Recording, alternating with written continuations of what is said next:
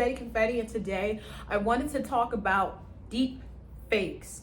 So, on YouTube, if you look up deepfake, what you're going to find is a computer-generated image or CGI image that was made from a computer that gathered a whole bunch of images from someone's TikTok or their pictures that they gave to the computer consensually or non-consensual, and it'll make pretty much like an image of the person's face onto someone else's. It could be anyone. So, for example, the first one that I saw was I believe it was the Kendrick Lamar video, and he would have he would look away and then his face would look like someone else's face, and then he would turn away again and it would be another celebrity. So it would be like different celebrities every time he looked away, and everyone was blown away by it. So was I. So I was a part of those people, still am. And just yesterday I seen it again, because the first time I saw it I was blown away, but it was kind of like a fleeting thought. It wasn't something that stuck around. And I seen one with Tom Cruise. Now I could have swore it was Tom Cruise when I seen it, and I'm gonna put some images around me so you can see it. Like, I could have swore that was Tom Cruise, but it wasn't. It was a guy. It was definitely a human being, but he put Tom Cruise's likeness on his face, and he looks like him. He even sounds like him. It can even obtain your sound and make a whole entire video. Like, there's this one YouTuber I watch, I think his name is Penguins. I just think he's so hot. But anyway, he had a deep fake made of him, and I thought that was him as well. So it's really uncanny. So my thoughts on the deep fakes are this. So it is a very innovative technology. Like, it's a brand new idea to our culture as Americans and also the world. It seems like it could be something fun, because I even did a deep fake. I had put my face on like Mila Jovovich's body, because I'm a big Mila Jovovich fan. And if like an older person, for example, saw that, they probably would have thought that that was really me in that movie, because I did it with Resident Evil. You could put your face on whatever movie she was in. I chose Resident Evil. Now, with that being said, I can think of the fun aspects of deep fakes. But when you really think about deep fakes, we know how humans are. Humans are mischievous. Humans are devious. Humans like to take over things and make everything theirs. So, with that being said, I wonder if deep fakes could be a problem in the future because, for example, politics. Could you imagine the damage, the turmoil, the stress and the wars that could be created because someone made a deep fake of like President Joe Biden saying something that he did not say? Or not only wars, but like social turmoil that can happen within just regular, that average 9-to-5 person community.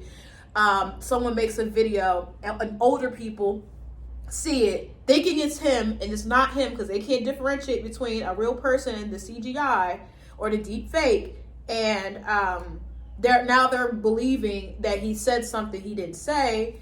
And even with evidence, you know how some people are, like, they'll say somebody did something bad, and regardless of how much evidence come out that they didn't do it, they still want to believe it because of whatever. That's just their beliefs.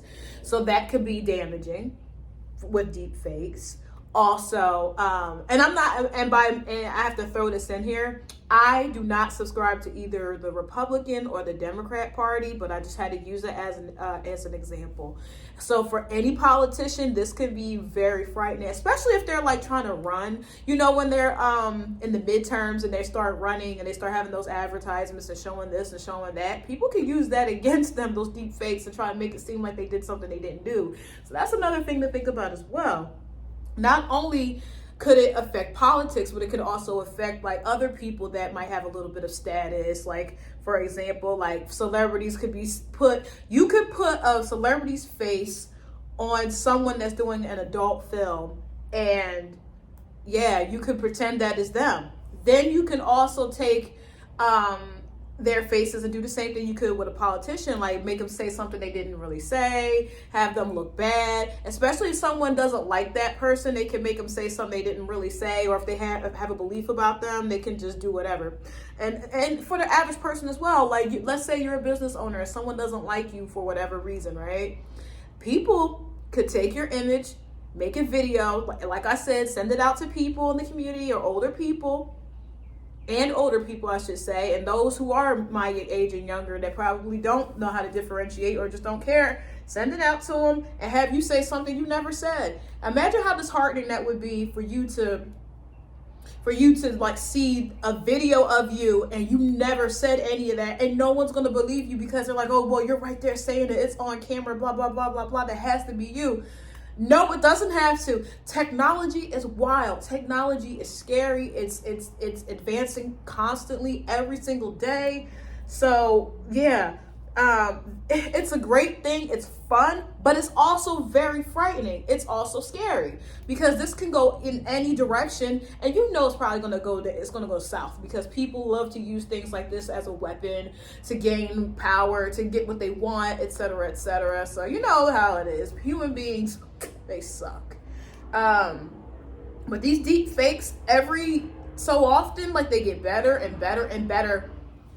According to this website, right, there is actually a way to spot a deep fake. For me personally, how I spot a deep fake is I'll look at it like if someone's moving like this. You see how my face is going with the motion of left and right, left and right. Deep fakes usually take like a split second for like the eyes to actually align with the facial movement, like when it moves like at a 45-degree angle like this.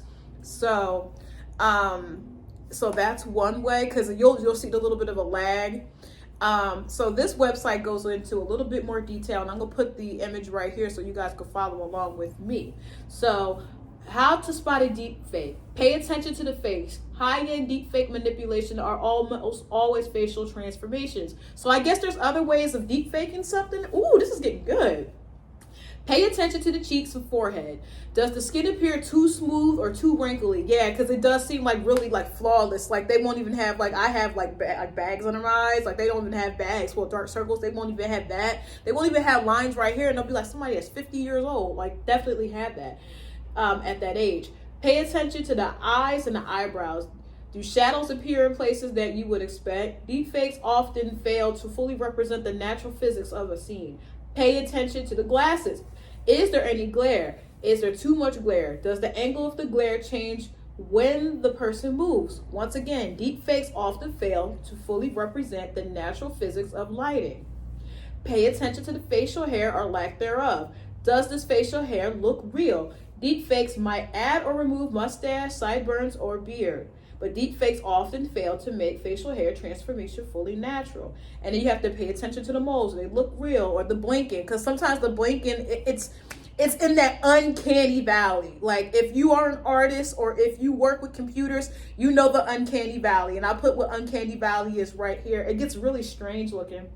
It kind of reminds me, I'll talk about what it reminds me of in a minute. In the blinking, and pay attention to the size of the lips. This is a bunch of things, but I feel like the best thing to look out for is when they move, you'll catch that little glitch. You're like, what the fuck was that? But deep fakes are very scary, and I keep using the word scary. I know I was talking about in my last video, people not using a bunch of words, but that's my favorite word right now, is scary. Like, I can't believe that this exists. Like, we are really living in the future. Like, I didn't think we would live in a future like this. So yeah, it's hair-raising activity. All right, guys, tell me what you think about deep fakes in the comment section below. I will be checking. I interact with my little confetti. I think I'm gonna call you guys, I think I came up with a name, confetti. You're my confettis. You're my little confettis. All of my subscribers are confettis. I love you guys so much. Thank you for allowing me to entertain you. You guys have a wonderful afternoon. Please like, comment, share, and subscribe. And I'm signing off. Take care. Bye. These are my final thoughts on the deepfake issue or situation. Is that people will not know what to believe. Like, after a certain point of people actually living with deep fakes and knowing that it exists, and people grow up with it and they know, okay, there's a possibility this could be real, this is a possibility it could be fake, it's gonna get tougher as time goes on to really look at an image on the television or whatever apparatus we're gonna be utilizing in the future and being like, that is actually a bird, that is actually a woman, that is actually a man, that's actually a human being, period, or that actually happened. So, or that person said this or they did that. So it's one of those things to really think about. Like, what kind of future are we really headed towards? It seems like we're headed towards a future that's just going to be full of false. Everything's going to be reality will not be real. Because this could, like I said prior, this could be used to sabotage someone for magnitude of reasons. So I'm really concerned about people not knowing what to believe, because then it's going to get to a point where they're going to have experts come in and be like, okay, this is a deep fake because we have the technology to differentiate between the two, but then that means you have to rely on someone else to tell you what reality is. Think about that. So you're going to end up having to rely on someone else to tell you what reality really is. And that could be even in your back door. Like I said, this could happen in your neighborhood. And you're going to have to rely on someone to tell you whether that was a deep fake or if it was real. And it brings about the question to me, like, are we really going to have any, I don't even know what I was going to say, because I had it in my head, it's gone, but it just boggles my mind. But you guys, thank you for allowing me to entertain you. Please like, comment, share, subscribe, and share my videos. And I really stress, can you guys please comment in the comment section below? Let's get some engagement going. I'd like to know what your thoughts are on deepfakes, and what do you think could the future hold for the United States, the world, with this new, this innovative technology. All right, Betty Confetti signing off. Bye-bye.